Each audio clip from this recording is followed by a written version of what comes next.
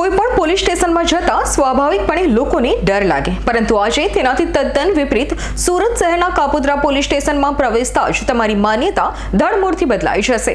સુરત શહેરમાં આવેલું કાપોદ્રા પોલીસ સ્ટેશનમાં કલાકો સુધી બેસવાનું મન થાય તેવું સ્વચ્છ, સુઘડ અને ઇકો ફ્રેન્ડલી છે।